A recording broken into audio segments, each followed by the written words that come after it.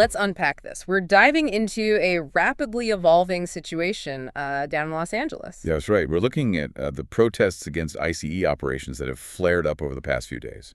And we've got several sources guiding us here: Fox News, CNN, NBC News, The Guardian, so a range of perspectives. Definitely. Our mission, really, is to understand how these protests unfolded, how things escalated. And the response they triggered, especially the big one, the National Guard deployment. Exactly. And we need to look closely at what the sources say about whether protesters actually interfered with or endangered federal agents. Okay, so digging in, the timeline seems to start last Friday, after some ICE raids happened. Yeah, that's the trigger point mentioned. And it led pretty quickly to initial clashes, some arrests. They even detained a union leader, David Huerta. Then things really ramped up over the weekend. Saturday and Sunday seem key. Activity reported in Paramount, downtown L.A., protesters blocking entrances to federal buildings, blocking roads, that kind of thing. And it wasn't just, standing there. Some reports describe pretty specific actions. Right, things like throwing rocks, stones, chunks of concrete.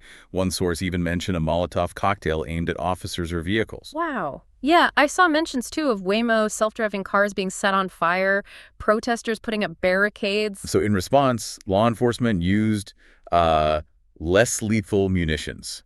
Think flashbang grenades, pepper spray. And they declared unlawful assemblies, which basically authorized arrests if people didn't disperse or were throwing things. Correct. Which brings us to that central question about interference and, well, danger.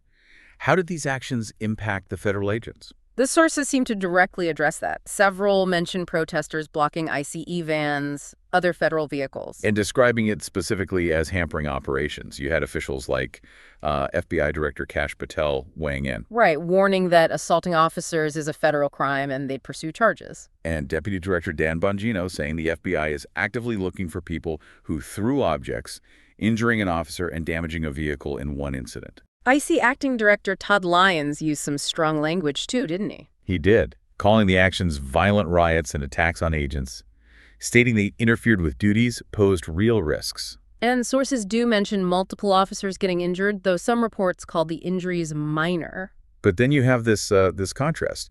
Former VP Kamala Harris described the demonstrations overall as overwhelmingly peaceful. While acknowledging, like Mayor Bass did, that some actions were unacceptable. Bass differentiated between peaceful protesters and others. Yeah, the LAPD chief used terms like agitators or anarchists, suggesting maybe outsiders were responsible for the violence and destruction. It's this backdrop, this escalation and clashing view that leads to the really big move.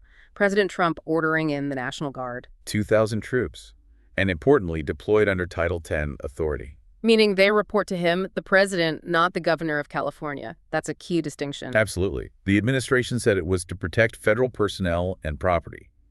There were also 500 Marines put on standby, just in case. Predictably, this didn't sit well locally. Governor Newsom, Mayor Bass, they strongly objected. Called it unnecessary, a chaotic escalation, even a political spectacle.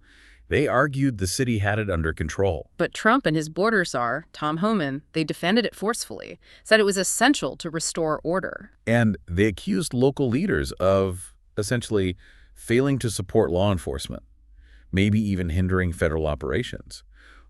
We are going to fight for all Angelenos, regardless of when they got here, whether they have papers or not. We are a city of immigrants.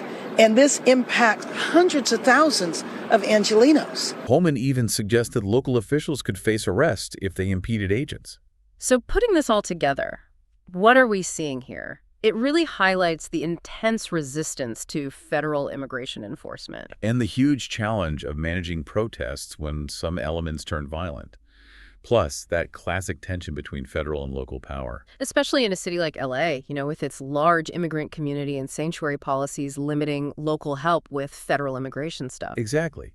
And you see these conflicting narratives playing out about the protests themselves, about whether the federal response was justified. Even down to debates about the criminal records of the people ICE was targeting, with different sources citing different numbers. It leaves us with a really critical question, doesn't it?